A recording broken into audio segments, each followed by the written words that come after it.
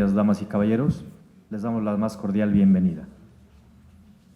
En el marco del 39 aniversario del Día Internacional de la Protección de Datos Personales, el Instituto de Transparencia, Acceso a la Información Pública y Protección de Datos Personales del Estado de Puebla, así como el Instituto Michoacano de Transparencia, Acceso a la Información y Protección de Datos Personales, les da la más cordial bienvenida al foro regional denominado Acepto términos y condiciones en la protección de datos personales, nueva visión de un derecho digital. Para continuar con el programa, cedemos la palabra a la licenciada Laura Marcela Carcaño Ruiz, comisionada presidente del Instituto de Transparencia, quien les va a dar la bienvenida.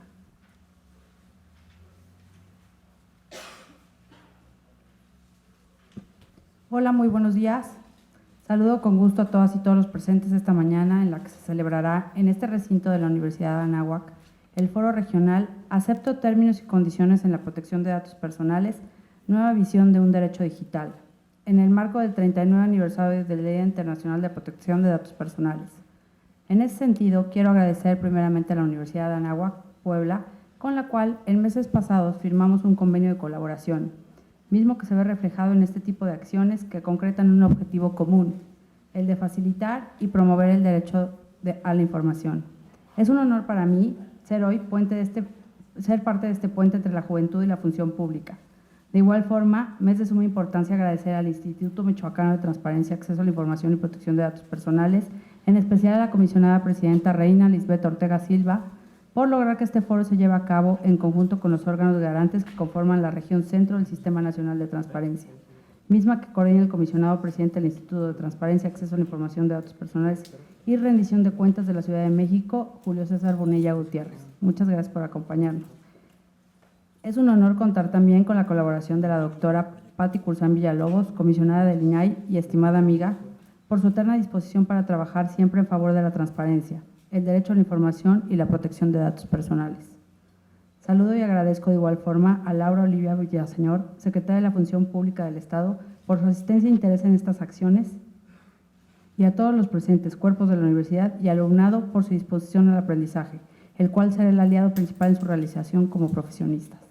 Finalmente, hago un enorme agradecimiento general a los titulares de los órganos presentes que conforman la región centro del Sistema Nacional de Transparencia, Estado de México, Ciudad de México, Guerrero, Veracruz y Tlaxcala por su esfuerzo de hacer posible la realización de este panel.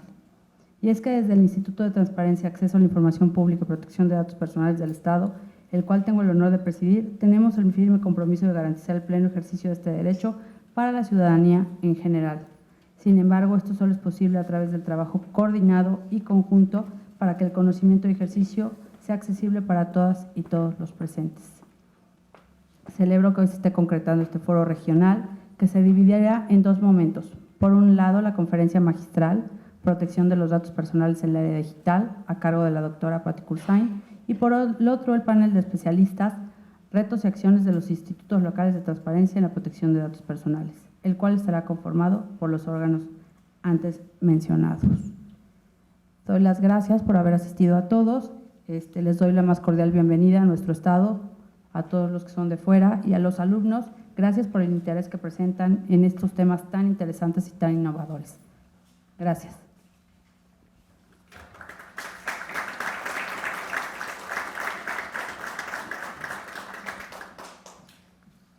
Antes de continuar con nuestro programa, le damos la más cordial bienvenida a las autoridades que nos acompañan.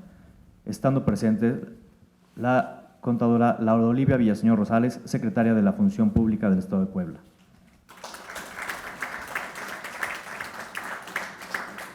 Julio César Bonilla Gutiérrez, comisionado presidente del Instituto de Transparencia, Acceso a la Información de Datos Personales y Rendición de Cuentas de la Ciudad de México y coordinador de la región centro del Sistema Nacional de Transparencia.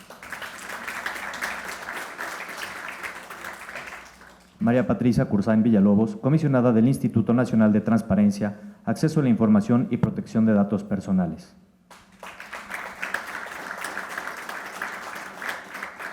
Reina Lisbeth Ortega Silva, comisionada presidenta del Instituto Michoacano de Transparencia, Acceso a la Información y Protección de Datos Personales, quien va a ser la moderadora del panel. Pedro Delfino Arceta García, comisionado presidente del Instituto de Transparencia, Acceso a la Información y Protección de Datos Personales del Estado de Guerrero.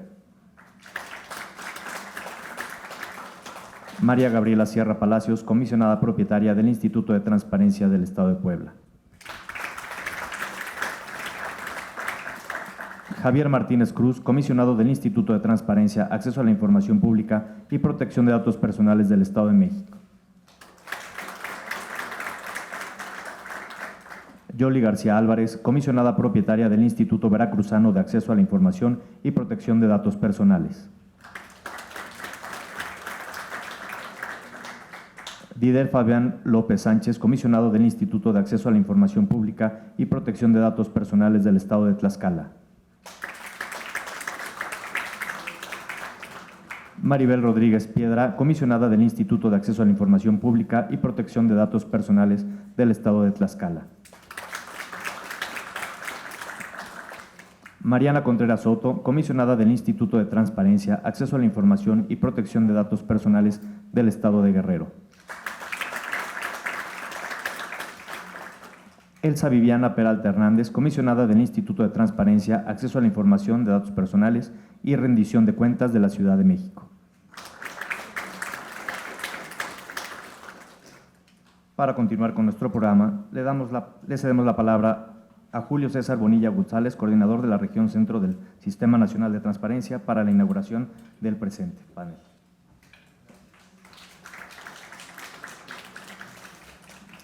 Muy buenos días a todas y todos. Jóvenes, ¿cómo están? ¿Todo bien? Excelente.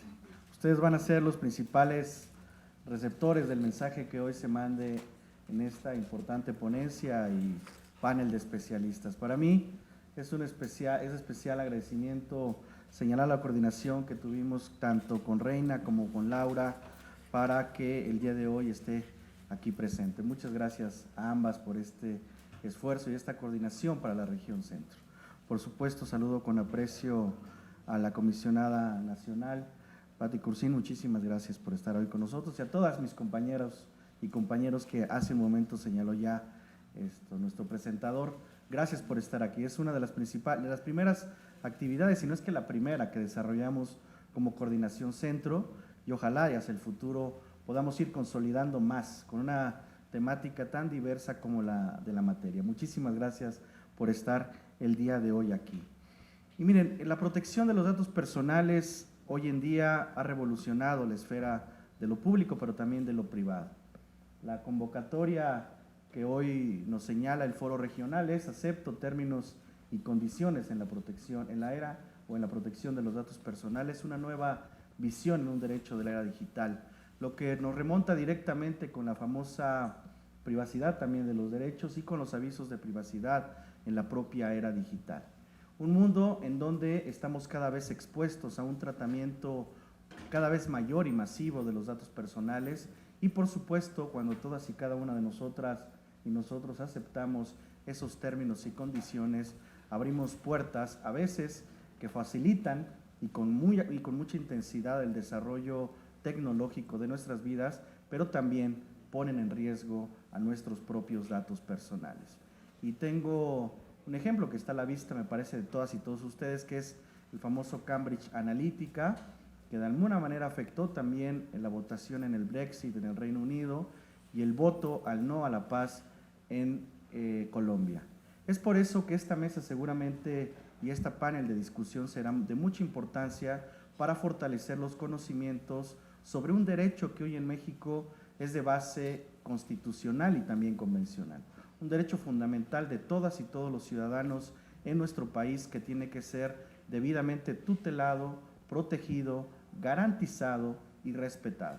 Y que hoy estemos en una universidad tan importante como esta, también da muestra de la importancia de este tipo de actividades, porque es justamente al sector de los jóvenes al que con mayor intensidad favorece o afecta el tratamiento masivo de datos personales. Hoy todos y todas nosotros tenemos un dispositivo digital, un famoso teléfono inteligente, que como muchos expertos dijeran, eso ya no es un teléfono. Ese aparato lo utilizamos para cualquier cosa, menos para hablar por teléfono, ¿estamos de acuerdo?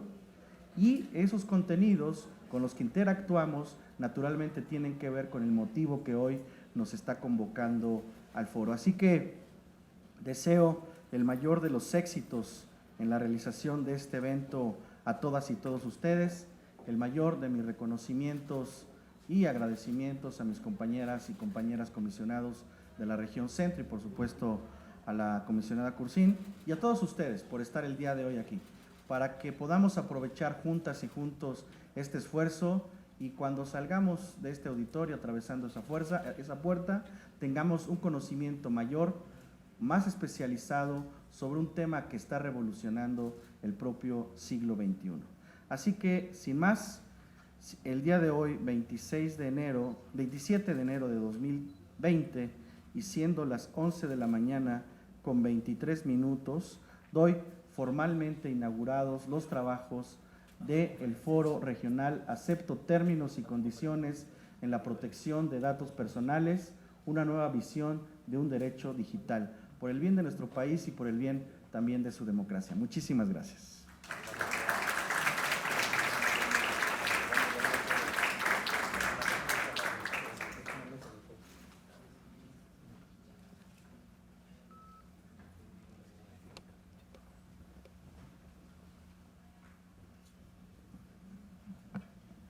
Para continuar con nuestro programa, le damos la palabra a la doctora María Patricia Cursán Villalobos, comisionada del INAI, con la conferencia magistral Protección de Datos Personales en la Era Digital.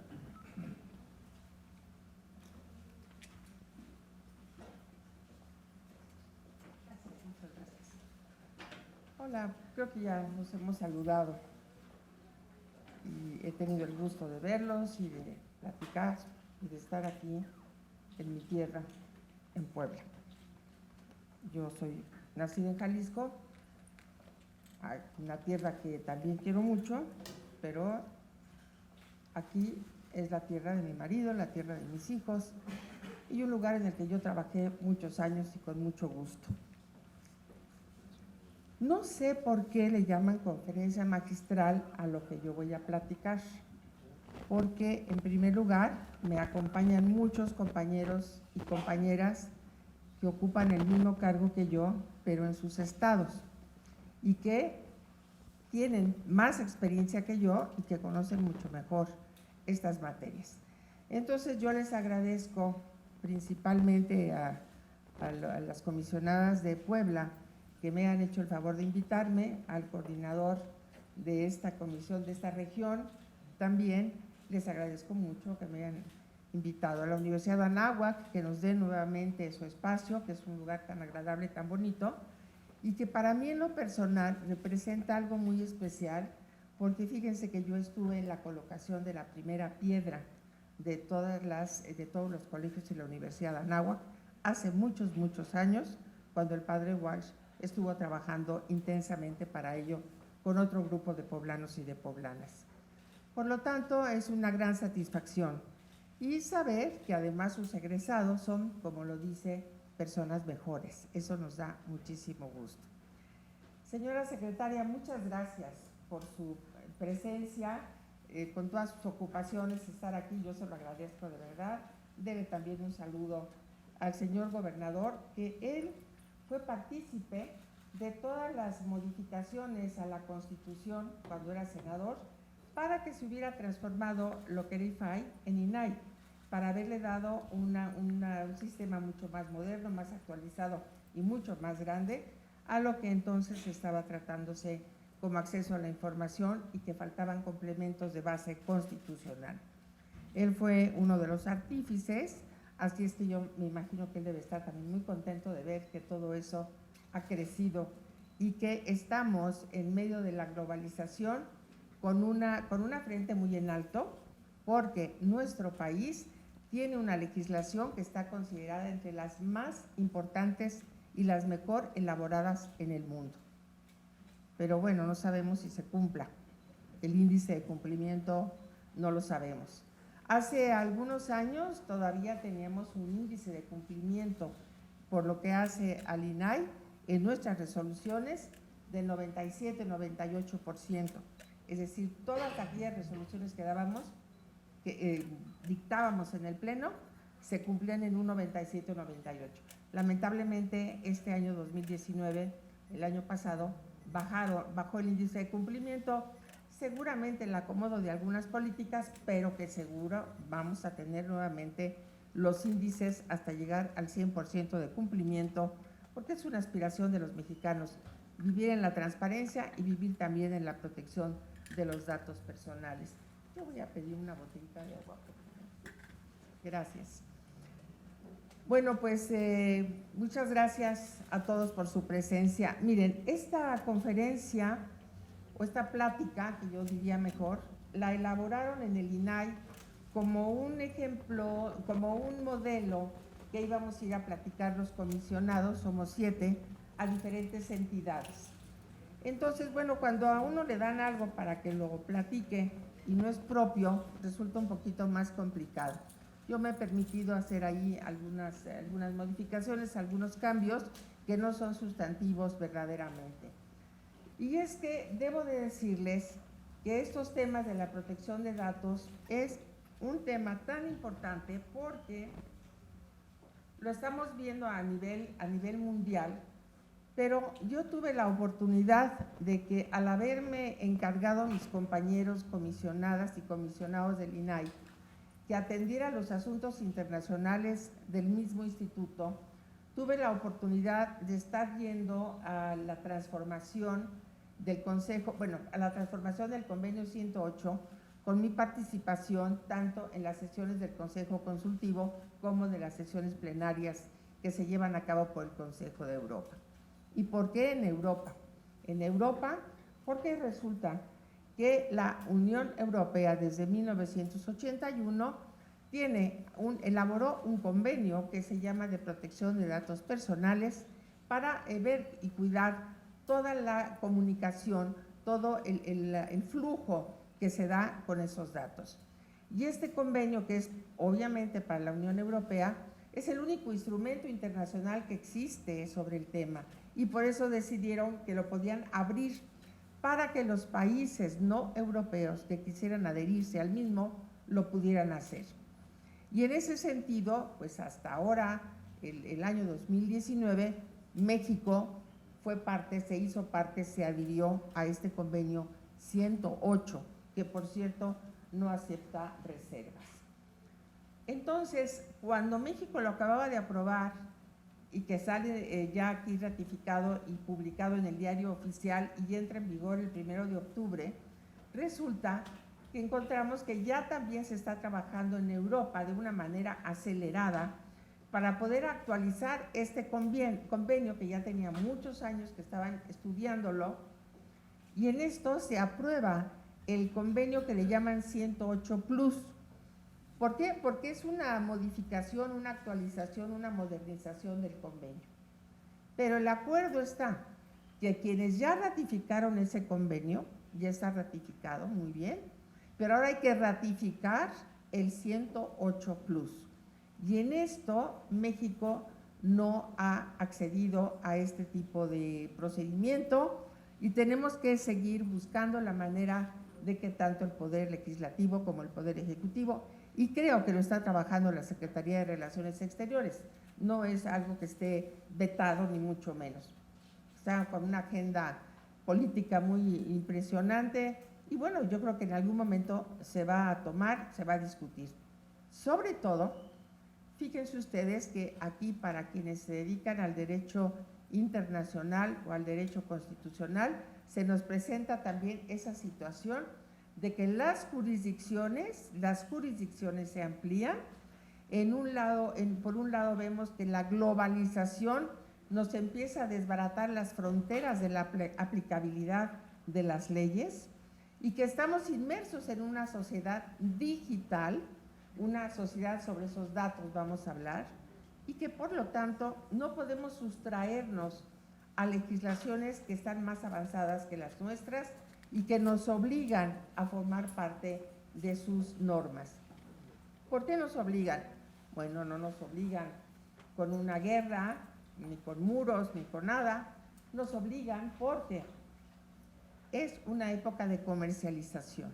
Es una época en la que hay grandes transacciones comerciales en todas las áreas. en la que fluyen todos los datos de investigación, de educación, los datos de cultura, los datos médicos, etc. Y entonces encontramos que nuestro país tiene una legislación muy buena en datos, pero necesita adaptarse a la nueva legislación. Y decíamos, en esto surge también una nueva directiva para la Unión Europea en la que se habla del Reglamento General de Protección de Datos. Cuando hablo de datos son datos personales, y cuando esta situación aparece, la Unión Europea, todos adoptan, porque están obligados a hacerlo, la nueva legislación. Pero esta nueva legislación determina que cualquier otro país, aunque no sea de la Unión Europea, vaya a tener transacciones, vaya a tener influencias, comunicaciones, etcétera, tratos, sobre todo comerciales, pero también entran los científicos y otros muchos, que vayan a tener con países europeos, con empresas europeas, con instituciones europeas, se ven obligados también a cumplir con las normas que marca el Reglamento General de Protección de Datos que aplica en la Unión Europea. Y por lo tanto, si ustedes me dicen, hay una gran empresa mexicana que exporta algún producto, le van a decir, si no firmas y si no te atienes a lo mismo y no te obligas a cumplir con este reglamento, yo, empresa europea, no puedo seguir teniendo tratos contigo, porque las multas que a mí me aplicarían si no cumplo es aproximadamente entre el 2 y el 4% de mi facturación. Por lo tanto, no queda más que hacerlo. Lo mismo es que el que exporta, lo mismo es el que importa, lo mismo es una investigación científica, lo mismo es una investigación o unas relaciones culturales, en cualquier ámbito medioambientales, etc.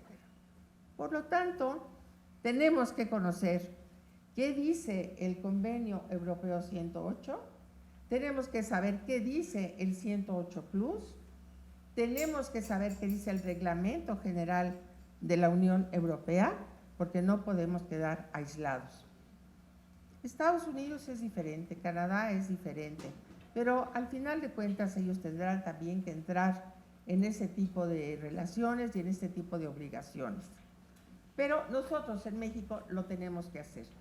Y en este mundo de los datos personales, resulta que ya no solamente son los datos personales común y corriente que conocemos, ni tampoco los datos sensibles, aquellos que se refieren con las partes más íntimas de una persona, como cuál es su origen étnico, sobre cuál es su estado civil, su afiliación sindical, por cierto que también es un dato sensible, y dentro de estos, un equipo de datos muy importante que son los datos genéticos. ¿Qué tiene mi genoma? ¿Qué enfermedades podría desarrollar o cuáles no? Si hay una relación o una vinculación de parentesco con una persona, una paternidad, etc. Esos datos son personales y sensibles. Bueno, pues ahora agregamos también una clasificación que se llama datos digitales. Por fortuna, el Senado tiene ya una propuesta de modificación a la ley que no sé si vayan a hacer una reforma como está planteada en la iniciativa sobre la Ley Federal de Protección de Datos Personales o si vayan a adoptar el sistema que adoptó Japón en el sentido de elaborar leyes o normas reglamentarias que les llaman complementarias. Sobre su ley, unas normas complementarias y que lo aceptó el Consejo de Europa, dijo que estaba bien y yo creo que México tiene que en un momento determinado valorar qué es lo que más le convendría. Pero si se discute y se lleva directamente a la ley, pues está perfecto.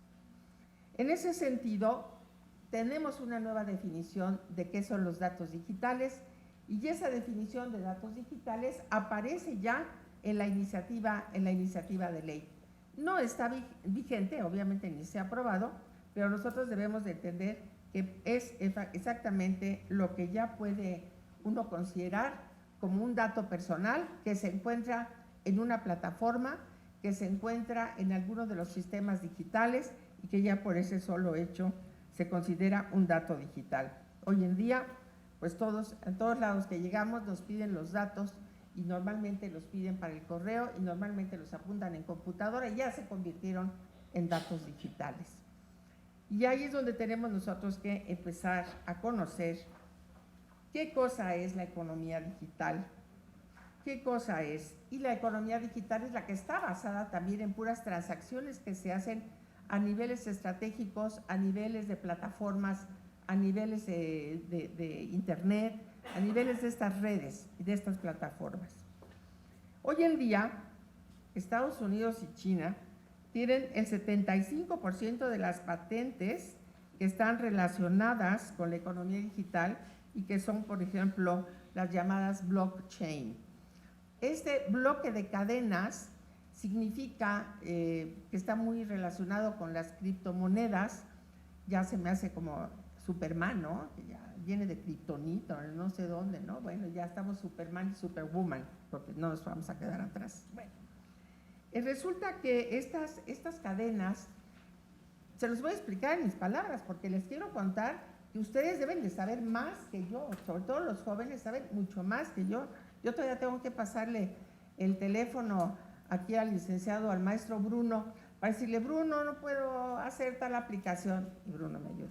Y si no, pues creo que hasta mis nietos chiquitos son los que me pueden ayudar. Porque esto es un tema también generacional. Y claro, fíjense que ahora ya no nada más hay tercera edad, ahora ya se habla de la cuarta y de la quinta edad. Pues yo les cuento que yo ya estoy en la sexta, así es que imagínense cómo voy a poder resolver el tema de esta digitalización.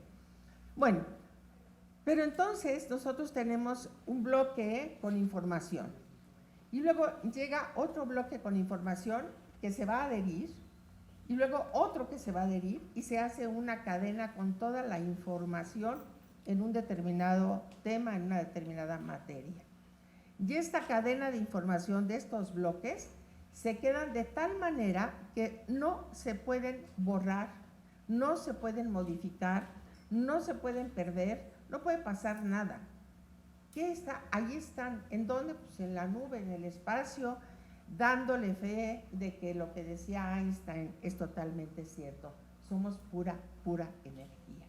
Bueno, ahí tenemos estas cadenas que ustedes podrán informarse mucho mejor en qué consisten, pero que lo importante es que es como tener un registro contable, pero ahora ya no en un papel, no en un libro, sino de una manera muy sofisticada y que por lo tanto no necesitaríamos tener un Facebook, no necesitaríamos tener un Google, no necesitaríamos tener un correo electrónico, sino que esto está administrado por esta cadena de información que nos corresponde.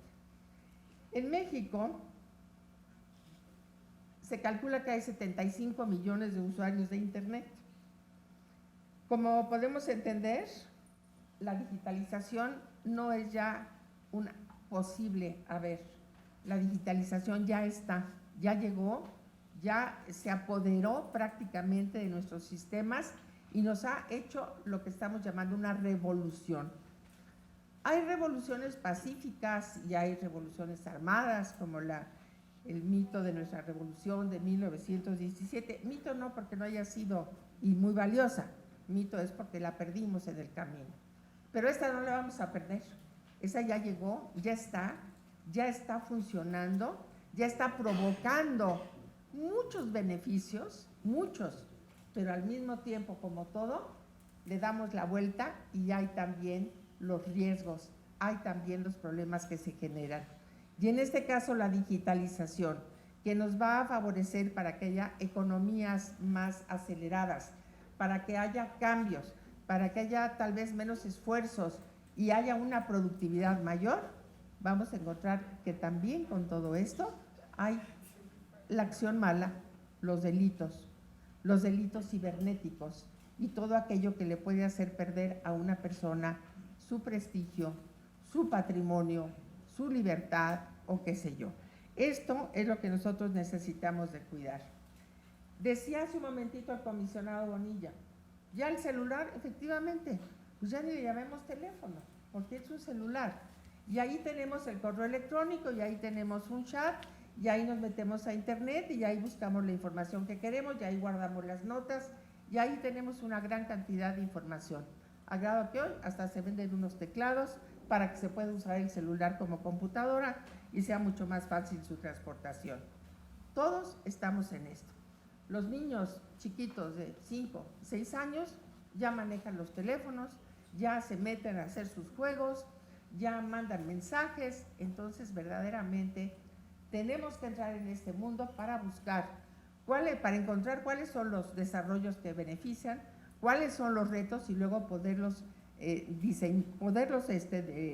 enfocar, conocerlos, estudiarlos, para luego hacer los diseños que se tiene que hacer. La protección de datos también tiene diseños particulares, específicos, que se pueden usar para una materia determinada. Entre estas nuevas tecnologías, que es lo que nos provoca la revolución, en este caso no armada, por fortuna, pero sí toda una revolución en muchos sentidos, va pues de la mano de lo que es la evolución. Y ahí tenemos las impresoras, es una de las cosas que más me ha impactado, las impresoras tridimensionales.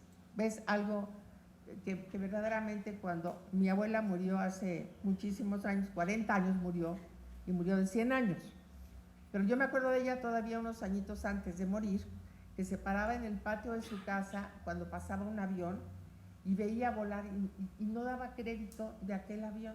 Bueno, cuando apareció el fax, yo les confieso, me paraba enfrente del teléfono y decía, no, ¿cómo? Y sale el papel y con todo lo que me mandan decir.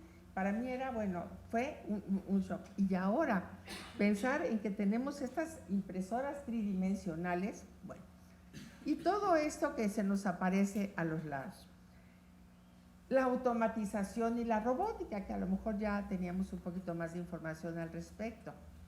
Pero la inteligencia artificial, todos esos algoritmos que nos llevan a una inteligencia que a veces quiere competir o que compite muchas veces con la inteligencia de algunas personas, porque yo en este momento, como estoy educada de la antigua, puedo sumar, no crean que muy bien, pero puedo sumar sin necesidad de un aparato. Pero ahora los muchachos no, sacan un telefonito porque ahí también tienen una calculadora y entonces son más rápidos, naturalmente, de aquí a que yo haga una operación. Bueno, esta inteligencia artificial que llega a competir con la inteligencia humana está fabricada, obviamente, por las mentes humanas, pero a veces estamos creando algo más y no precisamente monstruos ni Frankensteins, ni mucho menos. Estamos cambiando al mundo, lo estamos cambiando definitivamente. Y así tenemos también el Internet de las cosas. Alguien comentaba sobre un refrigerador que en un momento determinado el refrigerador detecta que ya no hay refrescos, el refrigerador mismo marca para que se pongan en una lista o para que los traigan de una tienda o qué sé yo. Y así lo tenemos aparatos que tienen memoria, que nos van diciendo lo que se tiene que hacer o que nada más le aplicamos para que otra vez lo repita. Hay todas estas tecnologías que nos llevan a cambiar el modo de vivir. Y si nos llevan a un cambio en el modo de vivir, tenemos que pensar que también habrá nuevos empleos, que también tendremos personas que ya no pueden hacer el trabajo como antes. Les voy a dar un ejemplo muy simple. Antes, una persona en una tienda llevaba el control del almacén, otra tenía una caja donde cobraba y daba cambio y hacía sus reportes contables. Otro era el vendedor.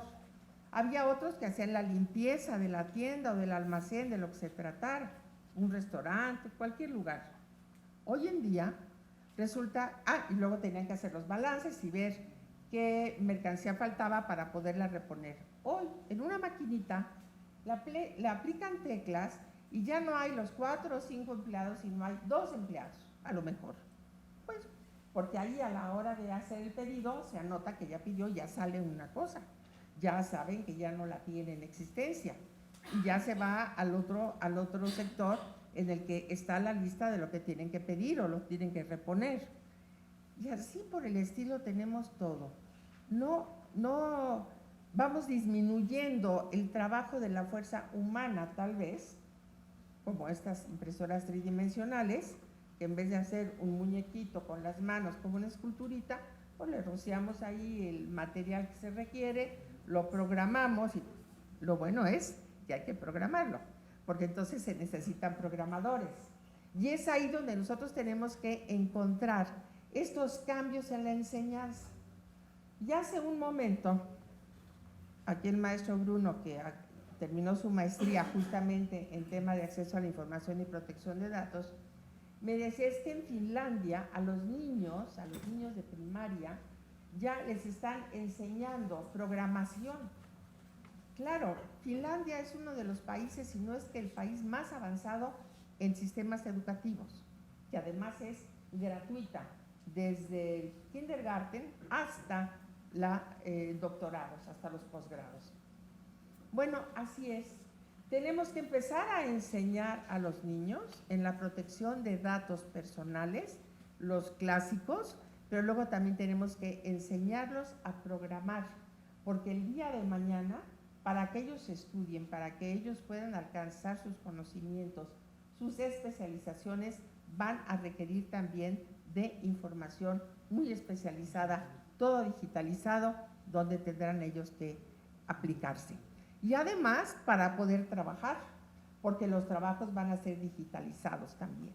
Entonces nos va a cambiar el modelo de las relaciones laborales, nos va a cambiar los contratos de empresas, nos va a cambiar inclusive hasta las funciones sindicales.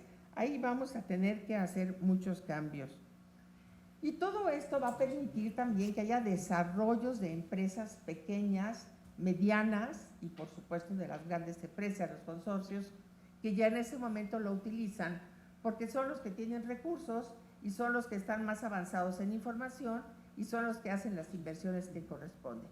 Y tienen economías en algunas cosas, pero también hacen los gastos en sus nuevos aparatos y en sus nuevos sistemas y en la capacitación que tienen que darle a su personal.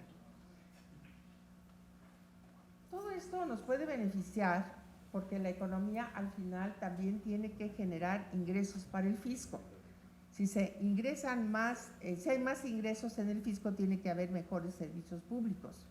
Y si todos podemos colaborar, podemos entender entonces que nosotros tenemos que ir hacia un camino importante en el cual podamos tener mejor calidad de vida, podamos tener una auténtica democracia y podamos, por lo tanto, ser países con un índice de felicidad mucho más alto.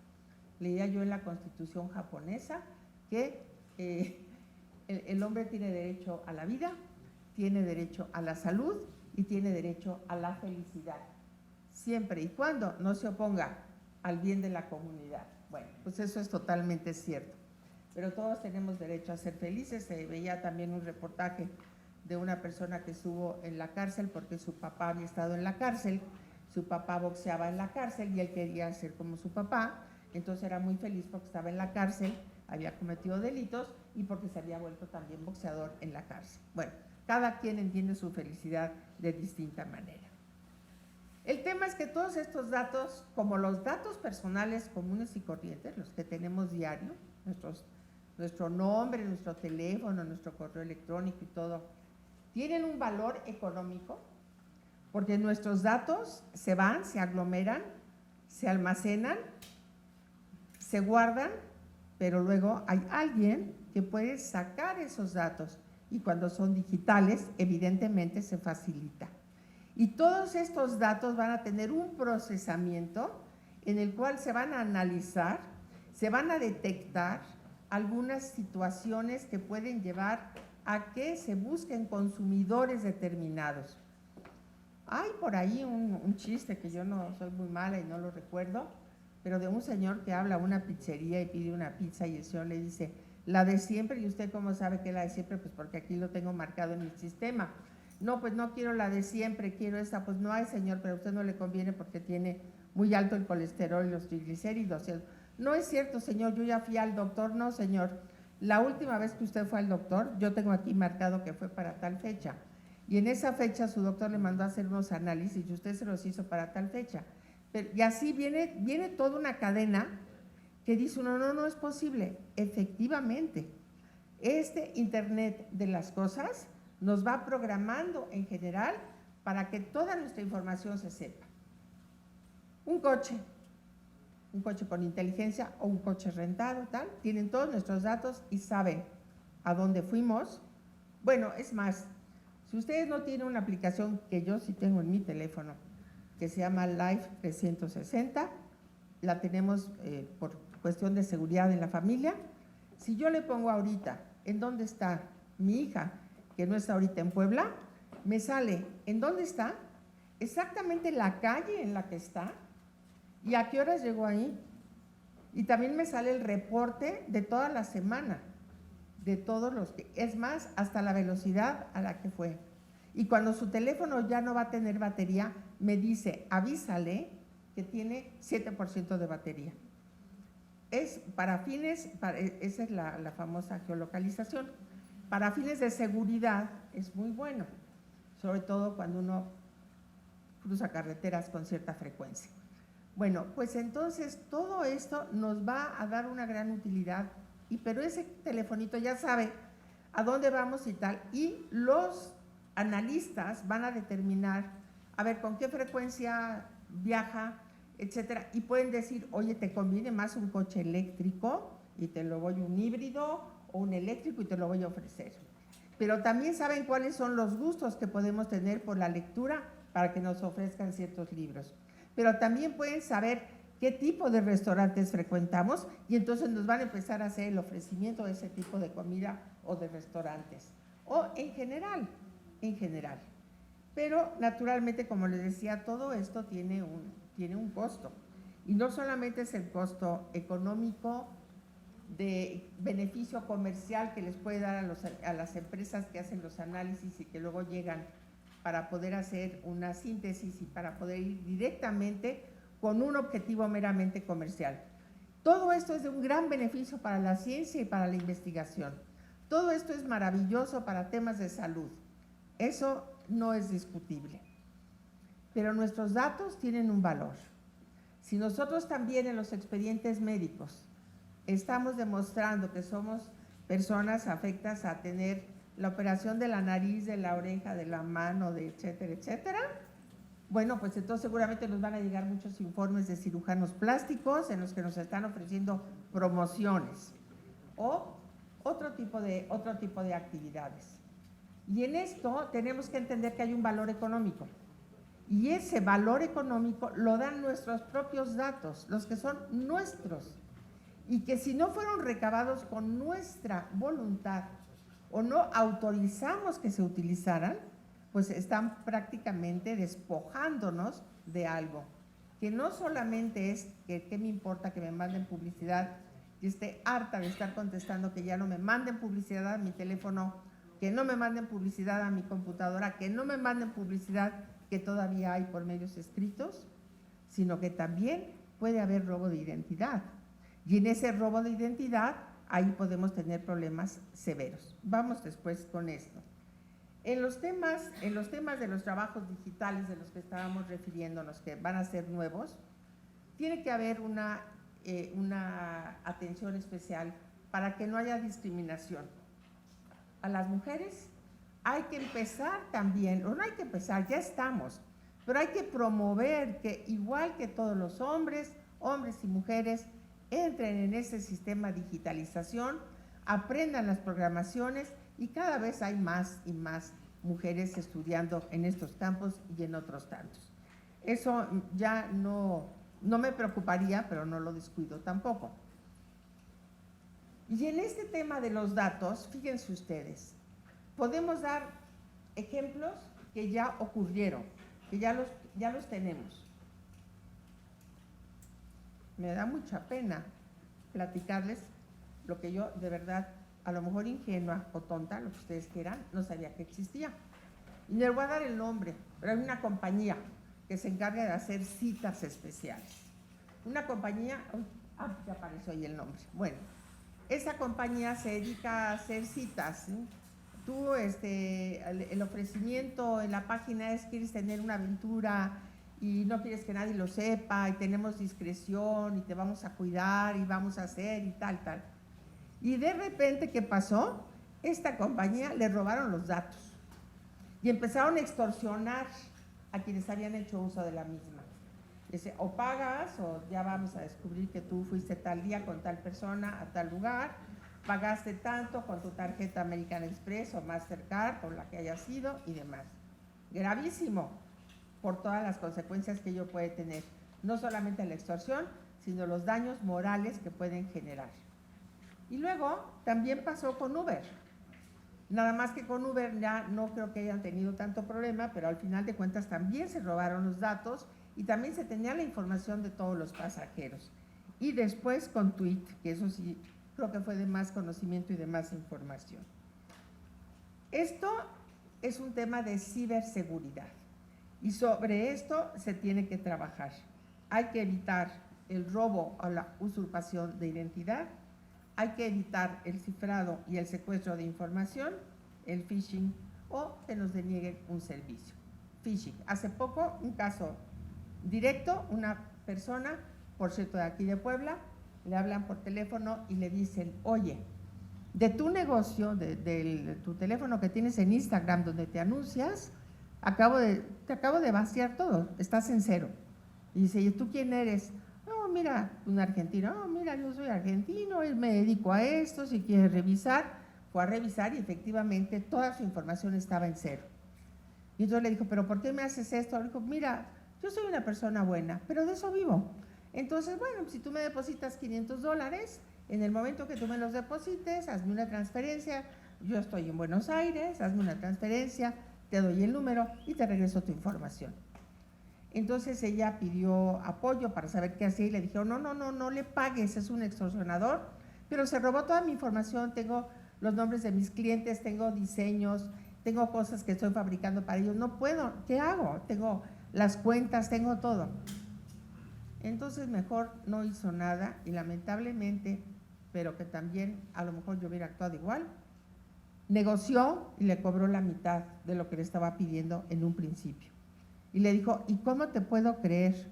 Dijo, me tienes que creer porque soy persona buena, no te preocupes, te voy a devolver tu información y además te voy a enseñar cómo prevenirte para que no te vuelva a pasar. Lo cual fue totalmente cierto. Le devolvió su información y le dijo cómo se tenía que cuidar. Es un familiar mío, por eso me lo sé muy bien con todos los datos. Bueno, ¿qué es lo que tenemos que hacer? Pues tanto la OCDE como el Consejo de Europa a través del Convenio 108, a través de las autoridades y las altas autoridades de protección de datos personales, se siente que lo único que podemos hacer es tener una colaboración, una cooperación para evitar que haya problemas en esta economía que ya se llama economía digital. ¿Qué se requiere? Pues tiene que participar el sector público, tiene que haber leyes, tiene que haber estrategias, tiene que haber diseños especializados, políticas, difusión, y el sector privado tiene también que apurarse a practicarlo y no hacerle como con el fisco, a ver cómo me burlo del fisco para no pagar el impuesto, a ver cómo le hago para no proteger estos datos, a ver cómo me hago para saltar esto porque hay que resguardarlos y es costoso, etcétera. Y nosotros como particulares estamos súper obligados no solamente a cuidarnos nosotros mismos respecto de nuestros datos personales, todos en general, sino también tenemos que exigir dónde están los avisos de privacidad. ¿Qué dice el aviso de privacidad?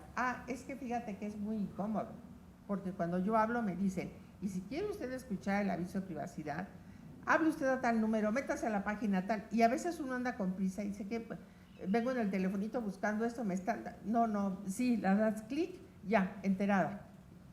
Pues bueno, cuando eso nos ocurra, de cualquier manera, vale la pena después revisar esa página para ver ese aviso de privacidad, para que no solamente me den el simplificado, sino que pueda leer todo el aviso de privacidad, todo completo. ¿Nos cuesta trabajo? Sí, pero de verdad es una forma de protegernos. Ahora, si nosotros tenemos este cuidado, tenemos que enseñar igualmente a nuestros hijos, a nuestra familia en general, que también tienen que cubrirse, que tienen que hacer lo mismo que nosotros. Hay que enseñarlos, platicarlo con los amigos, con los compañeros, con los vecinos y sobre todo con las personas mayores. Fíjense, en diciembre en el INAI hicimos ya son varios años que tenemos haciendo esto de una jornada social voluntaria. Siempre preguntamos en diciembre quiénes se quieren unir, el que lo promueve es aquí maestro Bruno, y este año nos tocó hacerlo con un grupo de ancianos. ¿Cuántos fueron? 86 personas ancianas de casas de asistencia o casas de reposo. Los invitamos al INAI y yo decía, no hombre, ¿cómo les van a estar hablando de la protección de datos?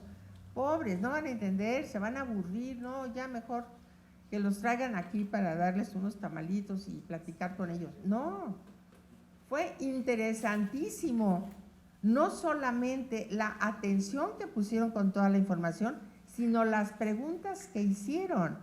Y la mayoría de ellos traían sus teléfonos celulares.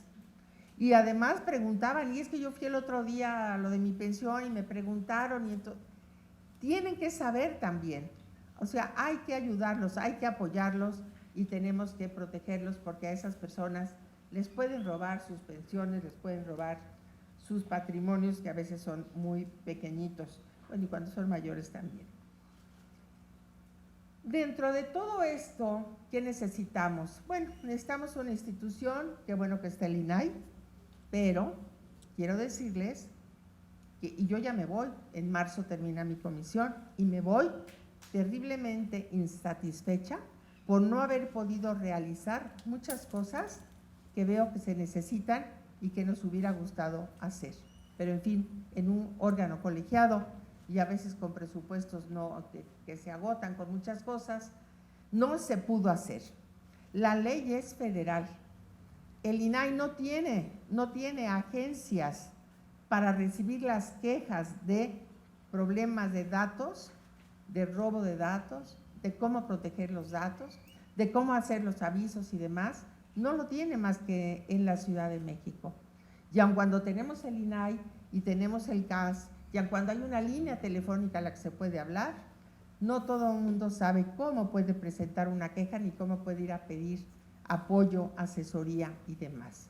Necesitamos, la propuesta que yo hice hace tiempo era de que por lo menos en las ciudades más importantes, que eran Monterrey, Puebla, Guadalajara, montáramos un plan piloto con el propósito de que dentro del propio órgano garante nos prestaran un espacio pequeñito, un escritorio de este tamaño, donde podamos montar una computadora, una línea telefónica y tengamos a lo mejor una o dos personas que el INAI desde luego tendría que sostener laboralmente.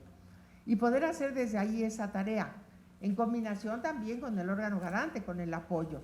Y seguramente los gobiernos estatales, al darse cuenta de la importancia que tiene, seguramente estarían también solicitando más apoyo y haciendo crecer este tipo de protección y este tipo de información que necesitamos tanto.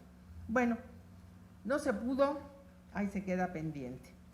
Y luego podríamos decir también que tenemos lo que es el marco jurídico, la reglamentación. Eso es lo que le toca naturalmente también al gobierno, que lo tiene que elaborar, que lo tiene que diseñar y todo. Y México lo ha hecho. México lo ha hecho, como les digo a ustedes, con la ratificación, primero con nuestras leyes, con el artículo 6 y el 16 constitucional, derechos humanos. Y luego tenemos con toda la ratificación ahora del convenio 108. Y tenemos que trabajar sobre la ratificación del convenio modernizado, el 108 Plus, que decíamos hace un momento. Y luego existen otras leyes, claro. Tenemos la Ley General de Protección de Datos para sujetos obligados, que es el sector público, y tenemos también la Ley Federal, que es para el sector privado. Y En el sector privado entran los sindicatos también, aun cuando sean sujetos obligados, que es cuando reciben recursos públicos. Todo esto lo tenemos. Ya les decía hace un momento que para poder actualizar el 108, Japón creó normas complementarias. Nosotros tenemos ahorita el aviso por parte del señor Monreal, del senador Monreal, de que se presenta la iniciativa. Esperemos, yo no, la verdad desconozco a quienes se les pidió información o asesoría.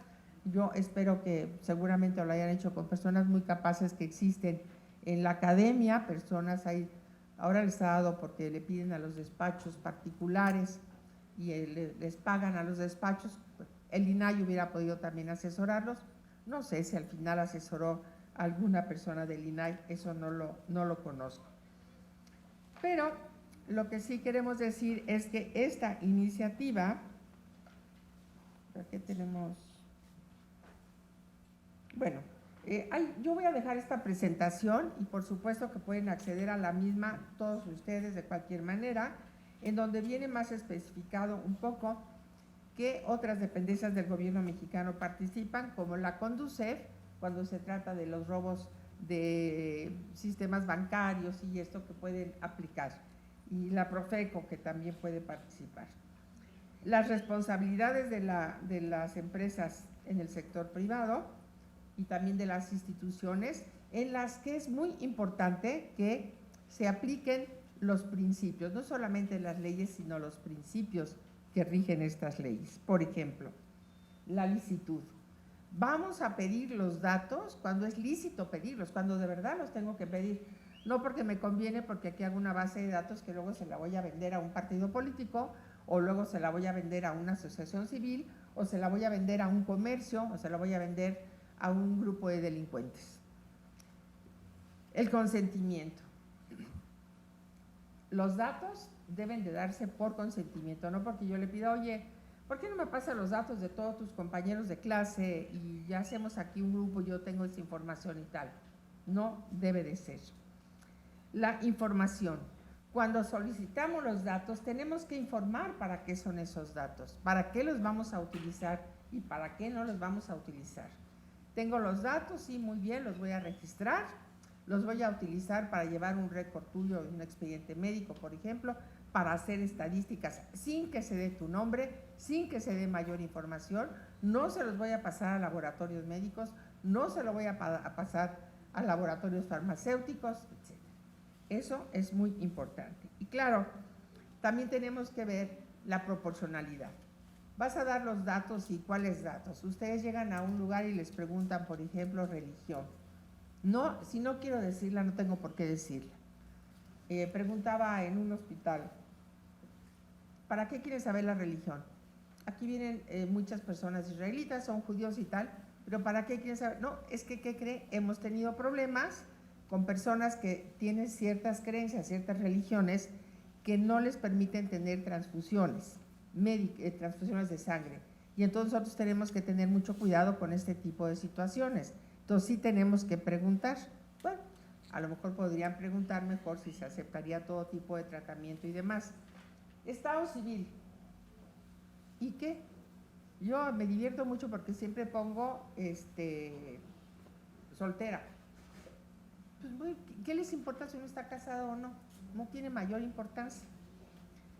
La edad, pues sí, la edad ¿para qué? En algunos casos sí, para un hospital, para una cuestión médica, para un crédito, para algo, es obvio.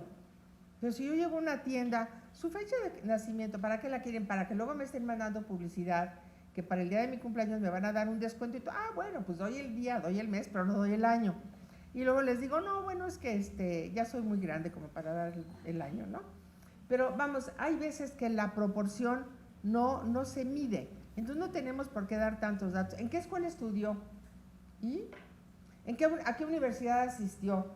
Porque después puede haber también una discriminación, como la hubo mucho tiempo, respecto de estudiantes de Derecho de la Facultad de la UNAM, en la que decían, estudiantes de la UNAM, estudiantes de la Facultad de Derecho de la UNAM, no se presenten.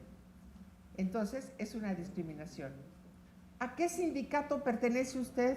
Pues si yo pongo a qué sindicato, puede ser que me pongan en una lista negra y no, ese es un sindicato revoltoso, esta persona ni se asome por aquí. Bueno, y perdón, creo que ya me pasé de tiempo, pero ya voy rápidamente solamente a decirles a ustedes, bueno, ya están ahí, faltan muchos principios, pero yo creo que todos ustedes los conocen. Y terminaremos diciendo, ¿qué tiene esta iniciativa? La iniciativa que están presentando contempla la definición de los datos personales digitalizados. Ya dijimos, todos aquellos que están disponibles en medios electrónicos y todo lo que está con contenido multimedia. Tiene una ampliación del derecho a la cancelación, les recuerdo los derechos ARCO, el acceso a la cancelación, la oposición o la ARCO, aceptación, ya se me olvidaron, el acceso, la rectificación, oposición, cancelación y oposición. Me voy a la primaria, caray. Bueno, y entonces, ahora tenemos que esta cancelación se amplía, tanto como para que no se tengan antecedentes penales, tanto como que para que en las plataformas, en los medios digitales, etcétera, no pueda haber información. Miren, esto hay que estudiarlo muy bien porque no queremos tampoco que choque con la libertad de expresión. Es ahí que son esos límites que se presentan en algunos derechos humanos. Les voy a dar un ejemplo que tuvimos en el INAI. Una persona se suicidó. Aparecieron hasta fotografías con la persona ya fallecida. Un familiar de esta persona, mamá o papá, se presenta al INAI y dice, por favor, quítenlo de Google, porque resulta que tengo un nieto o una nieta de 7 u 8 años y el día de mañana va a entrar a las plataformas y se va a dar cuenta de todo esto que pasó, las causas que llevaron a la persona que se suicidara, en qué condiciones lo hizo, y es muy doloroso. Y Google le dijo, no vamos a quitar nada, libertad de expresión. Y además Google se defendía diciendo, y así fue en un momento, yo no tengo mi sede donde tengo toda la información cargada, está en Estados Unidos. Yo aquí nada más tengo estos sistemas de manejo y demás donde estoy repitiendo, entonces no lo puedo hacer. Bueno, hasta hace poco, recientemente, hubo un amparo en el que ya se les sancionó y se habló de que la aplicabilidad de la ley puede hacerse con empresas, aunque no tengan aquí la matriz, digamos, donde tienen también un domicilio donde están comercializando ese tipo de información. Eso me da un enorme gusto. Bueno, pues ahora se va a ampliar este derecho a la cancelación, con lo cual tenemos que ser muy prudentes para no chocar con la libertad de expresión, pero que sí hay que tomar en cuenta situaciones tan delicadas y graves como esta que yo les acabo de mencionar. Por otra parte, la misma iniciativa está señalando causas específicas de cancelación y las excepciones cuando, a pesar de que ello ocurra, si se trata de que se pone en peligro la seguridad pública, por ejemplo, pues definitivamente no se podría hacer esa cancelación. Y otra cosa importante, así como hay el responsable de los datos personales en todas las empresas donde están manejándolos, ahora tiene que haber además un responsable de datos digitales. O sea, son dos figuras diferentes, con lo cual le vamos a dar mayor seguridad a la custodia de estos datos digitales y a su manejo.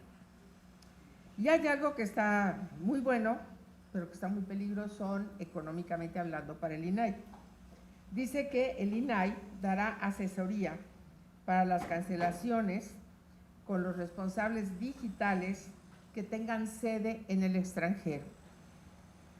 Esto pues tendrán que darnos mucho presupuesto, porque los costos de asuntos legales en el extranjero por lo general son muy caros y seguramente cualquier persona que lo quiera hacer, cuando ve que tiene el derecho a pedir la asesoría y el acompañamiento del INAI, pues va a decir, tengo una audiencia y ahora acompáñame a California o acompáñame a Chicago o acompáñame no sé a dónde. Esto, pues bueno, está complicado, ojalá que sí, qué bueno que podamos dar la asesoría, qué bueno que pudiéramos acompañar, pero se tendrán que hacer lineamientos para determinar cómo se va a hacer y además también quiénes cubrirían los costos en esto. Con estas normas que están aplicando con la nueva iniciativa, vamos a poder seguramente ratificar muy pronto el convenio 108 Plus y seguramente también podremos aplicar ya el reglamento, bueno, no aplicar nosotros, sino obligar a que se cumpla el Reglamento General de Datos Personales de la Unión Europea para todas aquellas empresas, instituciones o personas físicas que en algún momento tengan un tratamiento. Tomen ustedes en cuenta todo lo que se maneja con el famoso Airbnb, todo lo que se maneja con todas las rentas que hacemos a través y compras y operaciones que se hacen a través de plataformas.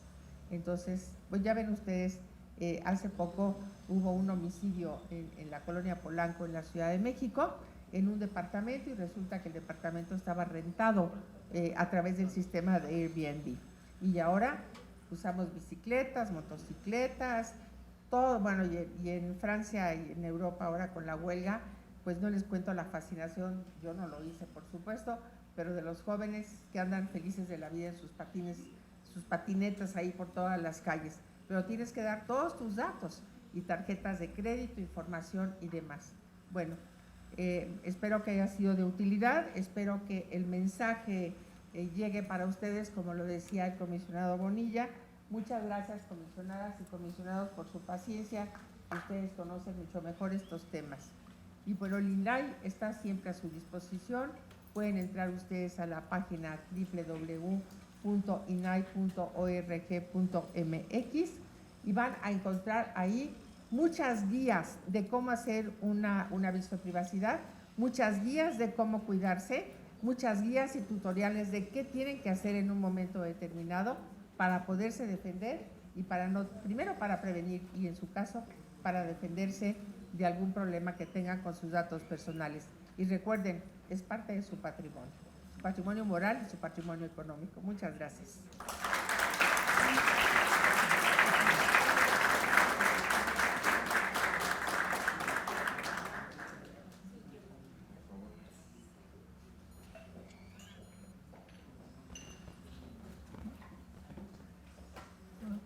Damos las gracias a la doctora María Patricia Curcián Villalobos, comisionada del INAI.